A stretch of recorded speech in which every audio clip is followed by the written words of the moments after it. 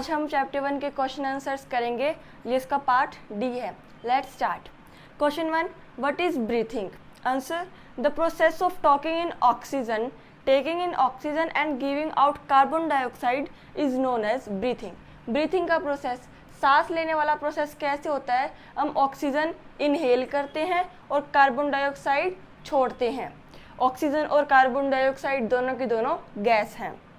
Second, how are four limbs connected to the spine? जो four limbs होती हैं वो स्पाइन से कैसे कनेक्टेड होती है? फोर लिम्स का मतलब है जो हमारे इस पार्ट की पतली पतली बोन्स होती हैं वो स्पाइन से कैसे कनेक्टेड रहती हैं। Answer, four limbs are connected to the spine by shoulder girdles and collar bones. Shoulder girdles का मतलब है ये जो शोल्डर की बोन्स ग्राइडल्स होते हैं और जो इसके नीचे वाली कॉलर बोन्स होती हैं उनके साथ स्पाइन कनेक्टेड होता है। स्पाइन का मतलब जो हमारे बैकबोन में वर्टेब्रा कॉलम होते हैं उनमें जो छोटी छोटी बोन्स होती हैं उन्हें हम स्पाइन कहते हैं। Third, state the important of ribcage in our body. Ribcage हमारी बॉडी में किस लिए इम्पोर्टेंट है? Answer, ribcage protect our delicate organ like heart and lungs. Ribcage हमारे हार्ट, दिल को और लंग्स, फेफड़ों को प्रोटेक्ट करता है, संभालता है। Question 4, name the main parts of the skeletal system.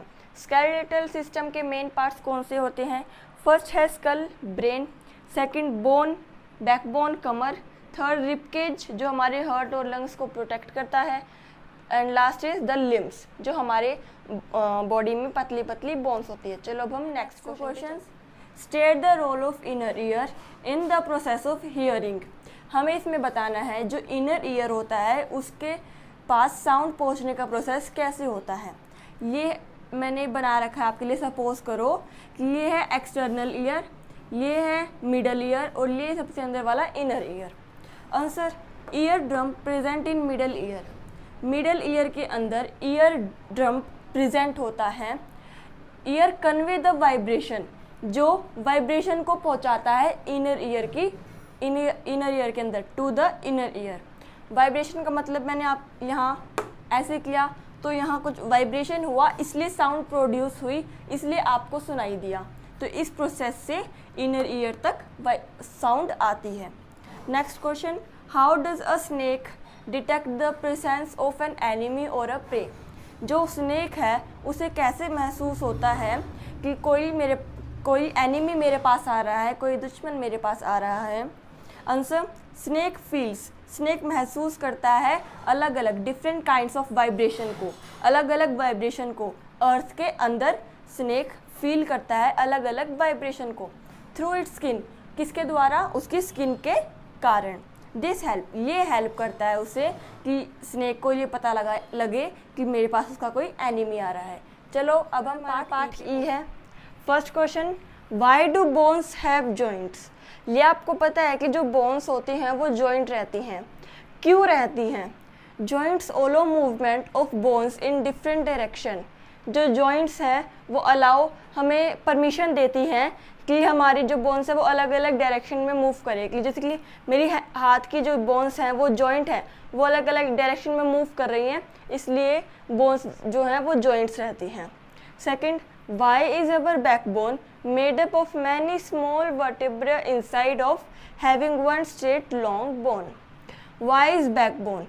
क्यों हमारी जो बैकबोन है वो छोटी छोटी वर्टेब्रा स्मॉल बोन्स पे मेड है, बनी है। इनसाइड ऑफ हैविंग, उसके अंदर एक लंबी बोन है। क्यों?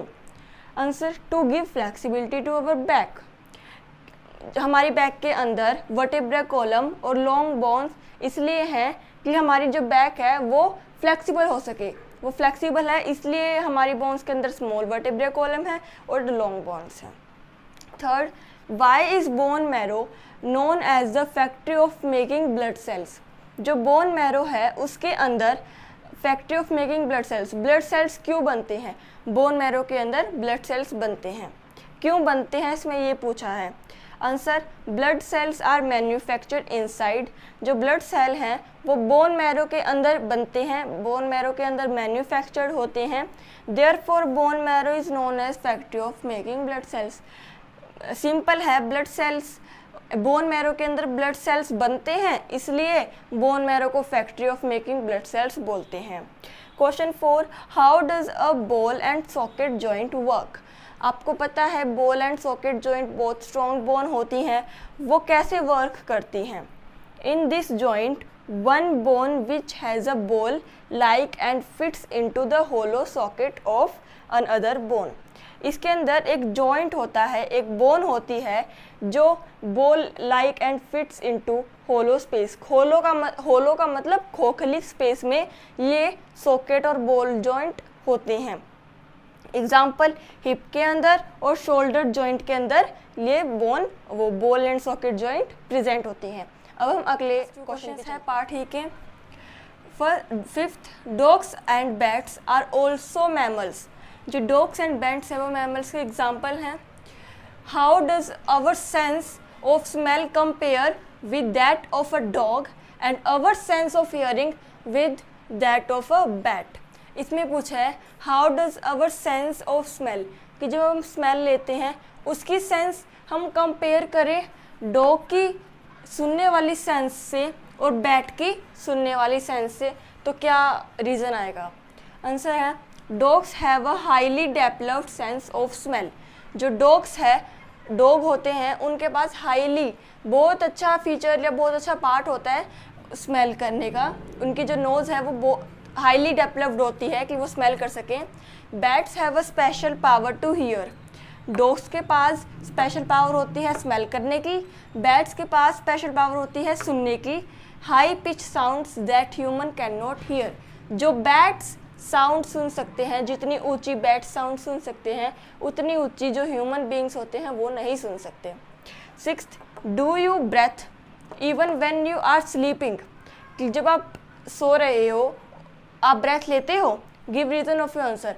आपको पता है आप हर टाइम एक एक सेकंड ब्रेथ लेते हो। जब आप सो रहे हो जब भी आप ब्रेथ लोगे, सांस लोगे, क्यों लोगे? गिव रीज़न पूछा है इसमें। अगर इतना क्वेश्चन होता यहाँ तक तो हम यस लिखते, पर इसमें गिव रीज़न पूछा है तो हम आगे भी बताएंगे। Yes we breathe sleep. हाँ, हम सोते हुए सांस लेते हैं। During the breathing process oxygen is used by the body. जब ब्रीथिंग प्रोसेस चलता है जो ऑक्सीजन है वो हमारी बॉडी के अंदर से निकलती है, मतलब बॉडी के अंदर जाती है, वो यूज आती है बॉडी को। To get energy to perform, oxygen हमारी बॉडी को एनर्जी देती है कि हम बाकी डिफरेंट फंक्शंस परफॉर्म कर सकें। तो ये हमारा पार्ट डी और पार्ट ई के क्वेश्चन आंसर्स थे जो मैंने अभी तक आपको करवाए हैं क्वेश्चन आंसर्स, वो अपनी नोटबुक में राइट करें और जो आपको डाउट है तो पूछें कमेंट बॉक्स में। Thank you.